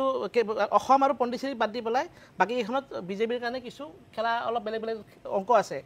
ৱেষ্ট বেংগলত যদিও বিশেষ সাংঘাতিকভাৱে ধৰক বিজেপি হিচাপত তাৰ বা NDA হিচাপত বিশেষ সাংঘাতিক কিবা এটা পৰিৱৰ্তন কৰি পেলাই চৰকাৰলৈ আহিব, তেনেকুৱা এতিয়ালৈকে অৱস্থাটো অহা নাই। অসম আৰু পণ্ডিচেৰীক বাদ দি পেলাই বাকী কেইখনত বিজেপি অন্ততঃ নিজৰ চকু যেনেকৈ ৰাখিব পৰা পৰিৱেশটো যেনেকৈ নিৰ্মাণ কৰিব বিচাৰিছে। ৱেষ্ট বেংগলৰ কথাটো বাদ দি পেলাই আমি দক্ষিণলৈকে যদি যাওঁ, তেতিয়া আমি চাম তামিলনাডু আৰু কেৰেলাত এতিয়ালৈকে বিজেপি সাংঘাতিকভাৱে পখা মেলিব পৰা নাই। কিন্তু তামিলনাডুত আপুনি চাব, তামিলনাডুত AIADMKৰ লগত বিজেপিৰ এটা এলাইনমেণ্ট আছে, আৰু তাৰ বিপৰীতে DMKৰ লগত কংগ্ৰেছে তাত চৰকাৰ কৰি আছে, আৰু ষ্টেলিন তাত এগৰাকী শক্তিশালী মুখ্যমন্ত্ৰী দক্ষিণৰ পৰা। গতিকে তেনেকুৱা প্ৰেক্ষাপটত গোটেই নিৰ্বাচনটোত আমি দেখিছোঁ যে যোৱা নিৰ্বাচনৰ আগে আগে উৰিষ্যা নিৰ্বাচনৰ আগে দেখিব আপুনি দ্ৰৌপদী মুৰ্মুক আনি পেলাই ৰাষ্ট্ৰপতি পাতিলে, আৰু তাৰ পৰৱৰ্তী উৰিষ্যা তেওঁলোকে জিকিলেও, নবীন পাটনায়ক উফৰি গ'ল। গতিকে তেনেকুৱা গোটেই প্ৰেক্ষাপট নিৰ্মাণ কৰাৰ ক্ষেত্ৰত মই ভাবোঁ যে এটা নিৰ্বাচনী প্ৰেক্ষাপট, এটা তেওঁলোকে নিজৰ ৰাজনৈতিক যিটো অংক, দক্ষিণৰ ফালে চোৱা যিটো ৰাজনীতি, সেইটো মই ভাবোঁ শক্তিশালী কৰাৰ স্বাৰ্থত তেওঁলোকে এইবাৰ এই যিটো প্ৰাৰ্থীৰ প্ৰক্ষেপ, সেই প্ৰক্ষেপটো তেওঁলোকে ভালকৈ কৰিছে। একে সময়তে আপুনি চাব অপজিশ্যন ফেকশ্যনটোৱে কিন্তু খুব ইণ্টেলিজেণ্টলি সেই বস্তুটো কাউণ্টাৰ কৰিছে। তেওঁলোকে চাউথ ইণ্ডিয়াৰ পৰাই দিছে, দি পেলাই এক প্ৰকাৰ বিজেপিৰ লগত থকা যিকেইটা মূল দল এটা সময়ত আছিল, ধৰক আৰু এতিয়া BJD, এতিয়া তেওঁলোকে নাই, তেওঁলোকক এক প্ৰকাৰ ভোটটো এবষ্টেইন কৰিবলৈ বাধ্য কৰি দিছে তেনেকুৱা পৰিৱেশলৈকে তেওঁলোকে নিব পাৰিছে ঠিক তেনেকৈ আপুনি চাব তাত BRS এটা সময়ত বিজেপিৰ লগত তেওঁলোকে এটা এলাইনমেণ্টত আছিল তেওঁলোকে এতিয়া NDA-তো নাই UPA-তো নাই তেওঁলোকে নিজৰ ষ্টেণ্ডটো ক্লিয়াৰ কৰিবৰ কাৰণে বাধ্য হৈছে যে আমি এতিয়া UPA NDA কাৰো লগতে নাই কাৰণ হায়দৰাবাদত কিছুদিন পিছতে বাই ইলেকশ্যন আছে গতিকে গোটেই প্ৰেক্ষাপটটোত এটা নিৰ্বাচনী অংক এটা তেওঁলোকে ৰাখিছে আৰু সেইটো ৰখাটোৱে স্বাভাৱিক ৰাজনৈতিক দল হিচাপে আৰু একে সময়তে একেবাৰে ৰিজাল্টটো যদিও দেশ আছিলে তথাপি অপজিশ্যন ফেকশ্যনটোৱে দক্ষিণাত্যৰ যিকেইটা দল আছে যি NDA-ৰ লগত আছে সেইকেইটা দলক কিছু পৰিমাণে চাপৰ মাজত ৰাখিবৰ কাৰণে দক্ষিণৰ প্ৰাৰ্থী দিছে আৰু এটা কথা ক'ব লাগিব তামিলনাডুৰ পৰা এগৰাকী তেওঁলোকৰ তৃতীয়গৰাকী উপৰাষ্ট্ৰপতি এই not the first or second তৃতীয়গৰাকী উপৰাষ্ট্ৰপতি গতিকে তেনেকুৱা প্ৰেক্ষাপটত অপজিশ্যনৰ মাজত দক্ষিণৰ ভোটৰ ফালে কিন্তু তেওঁলোকে চকু ৰখা যেন এটা দুটা পক্ষই অপজিশ্যন বা সাহসীয় দুটা পক্ষই এটা বাৰ্তা দিব খুজিছে দক্ষিণৰ ভোটাৰক যে আমি তোমালোকৰ লগত আছোঁ তোমালোকে অনাগত নিৰ্বাচনত আমাৰ লগত থাকিব লাগিব সেই কথাটো এক প্ৰকাৰ আমি দেখিলোঁ আৰু একে সময়তে অপজিশ্যন ফেকশ্যনটোৰ যিটো শক্তি সেই শক্তিটো তেওঁলোকে অটুট ৰাখিব পাৰিবনে নাই সেই লৈ পেলাই যিটো মানুহৰ মনত এটা শংকা সেই শংকাটো এই গোটেই কথাটোত ওলাই পৰিছে আৰু সেই শংকাটোৰ মাজৰ পৰা যিহেতু এতিয়া জয়ৰাম ৰমেশে যিটো কথা কৈছে যে বাই এৰিথমেটিক যদিও NDA জিকিছে আমি মৰেল ভিক্টৰি এটা পাইছোঁ কাৰণ আমি 300 নম্বৰ পাইছোঁ যদিও তেওঁলোকৰ টোটেল সংখ্যাটো আছিল 315 তেওঁলোকৰ সংখ্যাটো এতিয়া 300লৈকে নামিলেও কিন্তু অপজিশ্যনৰ যিটো মৰ্যাদা তেওঁলোকে হয়তো নিজে ৰাখিব পাৰিছে বুলি অনুমান বা ভাবি লৈছে একে সময়তে NDA ফেকশ্যনটোৰ টোটেল নাম্বাৰ আছিল 427 তেওঁলোকৰ বাই MP's নাম্বাৰ কিন্তু তেওঁলোকে কিন্তু সেই নাম্বাৰটো এনহেঞ্চ কৰি পেলাই 452লৈকে যাব পাৰিছে গতিকে গোটেই ইলেকশ্যনটো এটা সাংঘাতিক আকৰ্ষণ কৰিব লগা একো কথা নাছিল কিন্তু গণতন্ত্ৰৰ কাৰণে এটা ভাল কথা যে অপজিশ্যনে এই গোটেই নিৰ্বাচনটো খেলিছে মই ডক্টৰ ৰঞ্জিত সভাপণ্ডিত মই আপোনাৰ কাষলৈ আহিছোঁ চাইদুলে যে কৈছে ধৰক উৰিষ্যাত বিজু জনতা দলক ঘৰুৱাই বিজেপিয়েতো শাসনলৈ আহিছে কিন্তু তাৰপিছতো বিজু জনতা দলে এটা কৌশলগত স্থিতি লৈছে BRS-ৰ ক্ষেত্ৰত আমি যদি তেওঁ যিটো কথা কৈছে সেইটো হয় যে এতিয়া তাত উপ নিৰ্বাচন আছে কিন্তু BRS-ৰ লগত যদি আপুনি চাই তেনেহ'লে ফাইটটো কাৰ এই যে কৌশলগত স্থিতি লৈছে এওঁ কৈছে যে বিৰোধী এফালৰ পৰা সফল হৈছে কিন্তু আনফালৰ পৰা এইটো লগা নাই নে যে ডাইৰেক্ট বিজেপিৰ এগেইনষ্টত বিজু জনতা দল আছে এতিয়া উৰিষ্যাত থাকিব পাৰে সেইটো কথা হয় কিন্তু কথা হৈছে কি যে বিজু জনতা দলে সদায় ইয়াৰ লাষ্ট কেইবাটাও নিৰ্বাচনত বিশেষকৈ ৰাজনৈতিক ক্ষেত্ৰখনত তেওঁলোকে নিজকে সদায় বচাই চলি আহিছে তেওঁলোকে নিউট্ৰেল পাৰ্ট এটা আগতেও লৈ আহিছে সেইটো সঁচা কথা কাৰণ তেওঁলোকে স্পষ্টভাৱে এই যিটো উৰিষ্যাৰ শেহতীয়া বিধানসভাৰ নিৰ্বাচন হ'ল তাত তেওঁলোকে হাৰিলে আৰু সেই হাৰাৰ পিছতো তেওঁলোকে কিছু পৰিমাণে সলনি হৈছে তেওঁলোকৰ দৃষ্টি বিজেপিৰ প্ৰতি কিন্তু তাৰ আগতে বিজেপি তেওঁলোকৰ পাৰ্টনাৰে আছিলে যুগ ধৰি বিজেপি তেওঁলোকে এটা ভাল কোৱালিশ্যন দলেই আছিলে কিন্তু এটা কথা মই স্পষ্ট যে ইণ্ডিয়া বা ইণ্ডি গোটৰ যিটো তেওঁলোকৰ মাজত এটা ভাঙোনমুখী অৱস্থা এটা অলপ দিনৰ আগলৈকে আমি দেখি আহিছোঁ কিন্তু এই নিৰ্বাচনটোৱে এটা সক্ৰিয় অৱস্থালৈ লৈ গৈছে তেওঁলোকৰ মাজত এটা যিটো ৰাজনৈতিক সমন্বয় এই সমন্বয়টো অতি গুৰুত্বপূৰ্ণ কথা দ্বিতীয় এটা কথা হৈছে কি যে ভাৰতৰ ইণ্ডিয়াৰ যিটো ৰাজনৈতিক অৱস্থা পৰিৱেশ এই গোটেই ব্যৱস্থাটোৰ ক্ষেত্ৰত আমি দক্ষিণ ভাৰতৰ গুৰুত্বটো ক্ৰমান্বয়ে বাঢ়ি গৈছে মাজতে কোনোবা এজনে মোক ক'লে যে who will be after Modi মোদীৰ পিছত ভাৰতবৰ্ষৰ প্ৰাইম মিনিষ্টাৰ কোন তেনেকুৱা এটা প্ৰশ্ন আহিছিল আৰু তেতিয়া এই বস্তুটো ক'লৈ যাব এই পথটো কোনফালে যাব উত্তৰলৈ যাব নে দক্ষিণলৈ যাব আৰু তেতিয়া মোক কৈছিল নহয় এইটো দক্ষিণৰ ফালে গৈ আছে কাৰণ উত্তৰ ভাৰতৰ ৰাজনৈতিক যিটো বৰ্তমান পৰিস্থিতি বা যিটো ৰাজনৈতিক ছেটআপ এই ছেটআপটো কিন্তু একেবাৰে স্থায়ী নহয় বিজেপিৰ কাৰণে বিজেপিৰ কাৰণে লাহে লাহে ইয়াত এটা যেন ভাঙোনমুখী পৰিৱেশ এটা লাহে লাহে গ্ৰ' কৰি আহিছে আৰু তেওঁলোকে এতিয়া ভাবিছে এটা স্থায়ী হিচাপে তেওঁলোকে কি কৰিব লাগিব বা অৰ্থাৎ পথটো পৰিৱৰ্তন কৰিবৰ কাৰণে তেওঁলোকে দক্ষিণৰ ফালে তেওঁলোকে গতি কৰিছে কিন্তু দক্ষিণতো খোপনি পুতিবই পৰা নাই ভালকৈ পৰা নাই কিন্তু কথা হৈছে কি যে আজি DMK AIADMK দল আছে ঠিক তেনেকৈ ধৰক আমি দেখিছোঁ যে অন্ধ্ৰপ্ৰদেশতো ঠিক তেনেকৈ যে দুটা নাইডুৰ ক্ষেত্ৰতো সম্পূৰ্ণ হৈছে কি NDA এটা হেৰি আছিল সমিল মিলৰ এটা দল আছিল বা তেওঁলোকৰ লগত যোগসূত্ৰ আছিল কিন্তু এইটো মোৰ ধাৰণাগত কথা কৈছোঁ এইটো মই কোৱা নাই যে দক্ষিণলৈ প্ৰাইম মিনিষ্টাৰ পদটো গুচি যাব কিন্তু কথা হৈছে কি যে ইম্পৰ্টেঞ্চটো বাঢ়ি গৈ আছে ঠিক আছে গতিকে সেই ক্ষেত্ৰত মই ক'বলৈ গৈছোঁ যে এই নিৰ্বাচনটো ৰাষ্ট্ৰপতি নিৰ্বাচন দেখাত সহজ হয় কিন্তু ইয়াত এটা ছিগনিফিকেণ্ট আছে এটা ছিগনিফিকেণ্ট দিছে আৰু ভৱিষ্যতে ভাৰতৰ যিটো আগন্তুক ৰাজ্যবিলাকৰ যে নিৰ্বাচন এই নিৰ্বাচনত ইয়াত কিন্তু এটা গুৰুত্বপূৰ্ণ এটা যেন লেচন আছে সেইটো মোৰ জাষ্ট মই এটা মাত্ৰ বাক্য এড কৰি দিব খুজিছোঁ সেইটো হৈছে হিন্দী বলৰ প্ৰতি দাক্ষিণাত্যৰ যিটো ক্ষোভ সেই ক্ষোভটোৰ লগত অনাগত যিটো ডিলিমিটেশ্যন হ'বলৈ গৈ আছে সেই ডিলিমিটেশ্যনৰ যিটো অংক যিটো 777টা চিট চিটলৈকে বাঢ়িব বুলি কোৱা হৈছে তাত ইমান দিনে যিটো কাৰণতে গোটেই ডিলিমিটেশ্যন প্ৰক্ৰিয়াটো বন্ধ কৰি ৰখা হৈছিল চাউথ ইণ্ডিয়াৰ জনসংখ্যাটো ফ্ৰিজিং হৈ যোৱাৰ কাৰণে সেই কথাটোৰ লগত কিন্তু ক'ৰবাত এনেকুৱা কথা এটা হ'ব পাৰে যে লাহে লাহে চাউথ ইণ্ডিয়াত এটা নতুন এটা চিন্তা গঢ় লৈছে যে আমাক আকৌ ঠগি দিয়া হ'ব নেকি আমাৰ নাম্বাৰটো আকৌ কমি যাব নেকি সেই কথাটো এটা বাৰ্তা দিব খোজা হৈছে চাগে যে আমি চাউথ ইণ্ডিয়াৰ লগত আছোঁ এই ধৰণৰ বাৰ্তা দিব খোজা মই ডক্টৰ আমোদ ডাঙৰীয়া মই আপোনাৰ কাষলৈ আহিছোঁ যে এখেতসকলে যিটো কথা কৈছে আপুনি ভাবেনে যে সঁচাকৈ আগন্তুক দিনত তামিলনাডু কেৰেলাৰ ইলেকশ্যনৰ প্ৰতি লক্ষ্য ৰাখি NDA আৰু UPA দুয়োটা শক্তি চাউথৰ মানে দক্ষিণৰ মানুহক প্ৰাৰ্থিত্ব দিলে বুলি এই গোটেই ট্ৰাইবটো গম পোৱা যাব বিহাৰ ইলেকশ্যনৰ পিছত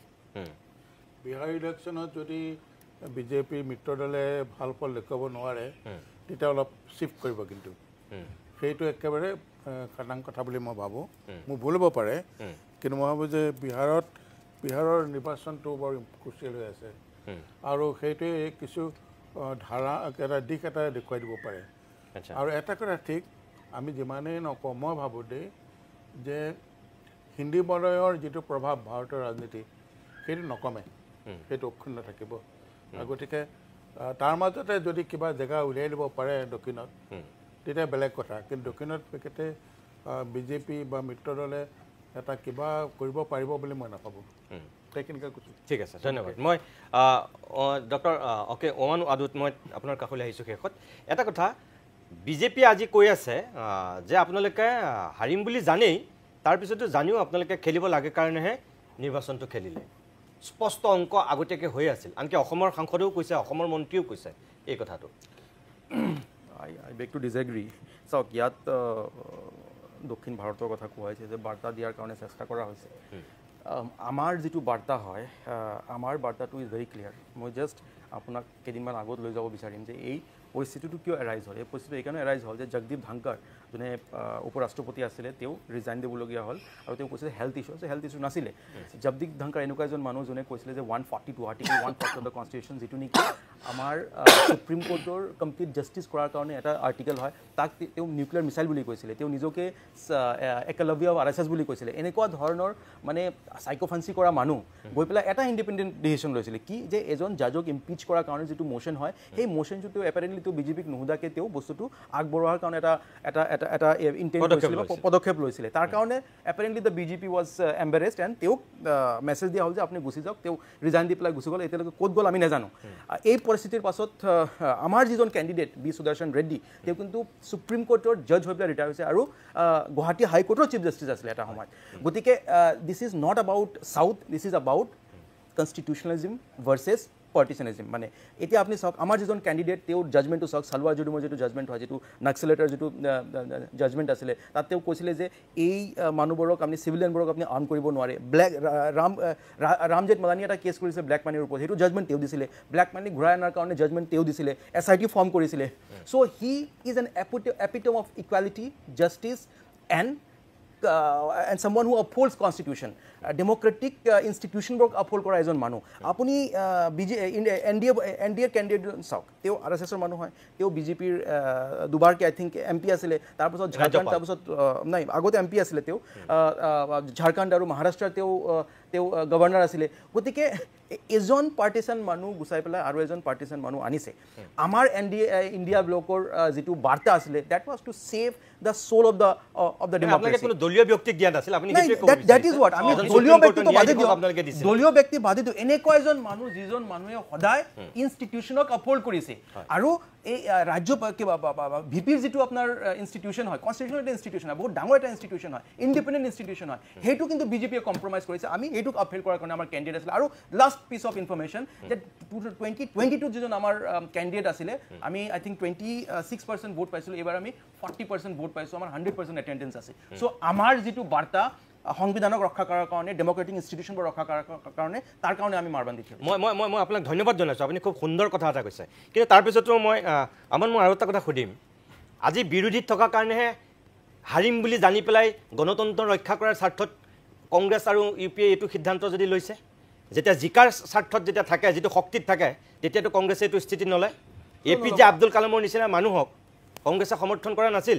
আমি তেতিয়া আপোনালোকে কাক প্ৰাৰ্থিত্ব দিছিল APJ আব্দুল কালামৰ বিৰুদ্ধে শুনক আমি এনেকুৱা ধৰণৰ যিবোৰ আমাৰ তলত আপুনি ইনষ্টিটিউশ্যনবোৰ চাওক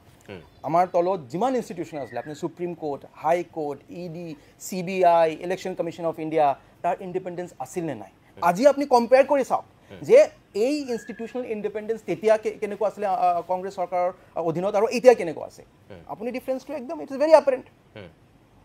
সেইটো বুজি পাইছো কিন্তু আপুনি যদি নিউট্ৰেল পাৰ্চনৰ কথা কৈছে APJ আব্দুল কালামটো কোনো ৰাজনীতিবিদ নাছিল তেওঁ মহান বিজ্ঞানী আছিল অকল ভাৰতবৰ্ষৰ নহয় পৃথিৱীৰ এজন স্বনামধন্য ব্যক্তি আছিল তেনেকুৱা মানুহক কিন্তু বাজপেয়ী আনি পেলাই ৰাষ্ট্ৰপতিৰ পদত অধিষ্ঠিত কৰাইছে তেতিয়াতো আপোনালোকে সমৰ্থন কৰা নাছিল আমাৰ তেনেকুৱা বহুত সেন্স অফ কোঅৰ্ডিনেশ্যনটো দেৰিকে আহিল মই সেইটোকে সুধিছো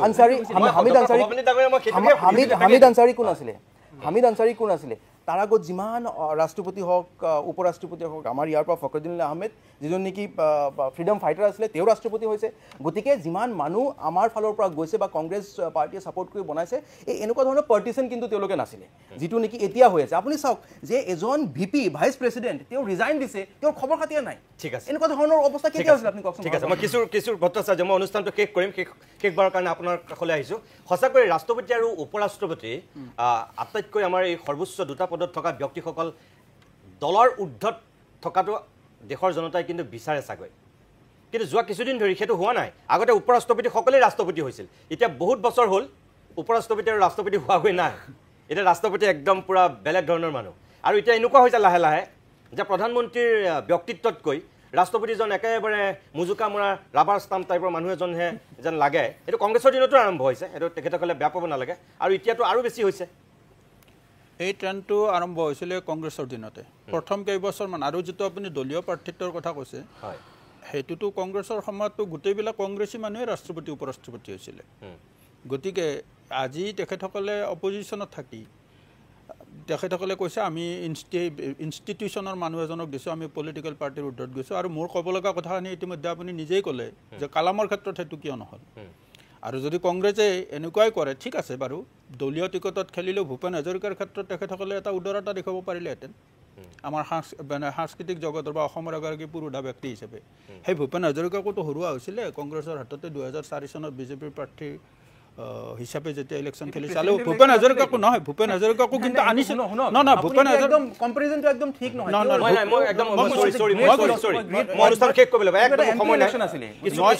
মই সেইকাৰণে কৈছোঁ এই পৰিসংখ্যাটো যিটো কংগ্ৰেছে অভিযোগ আনিছে তেখেতসকলে ক্ষমতাৰ বাহিৰত গ'লে এই ধৰণৰ কথা চিন্তা কৰে কিন্তু যেতিয়াই ক্ষমতালৈ ঘূৰি আহিব তেতিয়াই দেখিব কংগ্ৰেছে কেনেধৰণৰ মানুহ মই কিশোৰ ভট্টাচাৰ্য মোৰ কথাটো হ'ল আপোনালোকৰ হাতত সুযোগ আছিল আপোনালোকৰ হাতত সংখ্যা আছিল কিয় আপোনালোকে দলৰ এজন মানুহক এই যে CP ৰাধাকৃষ্ণন পুতলাৰ দৰে আকৌ বহুৱাই থবৰ কাৰণে তেওঁকে আনিলে নেকি তাৰমানে ধনখেৰে আপোনালোকৰ কথা নুশুনিলে যিজনে আপোনালোকৰ কথা শুনিব লাগিব আৰু সেইকাৰণে এনেকুৱা এজন মানুহক আপোনালোকে লৈ আহিছে এজন আপোনালোকতো তেনেকুৱা দলৰ ঊৰ্ধলৈ গৈ এজন বেলেগ মানুহ আনিব পাৰিলে সেইটো দলৰ ঊৰ্ধলৈ গৈ আনিছোঁ এই সময়ত হয়তো দলৰ আমাৰ শীৰ্ষ নেতৃত্ব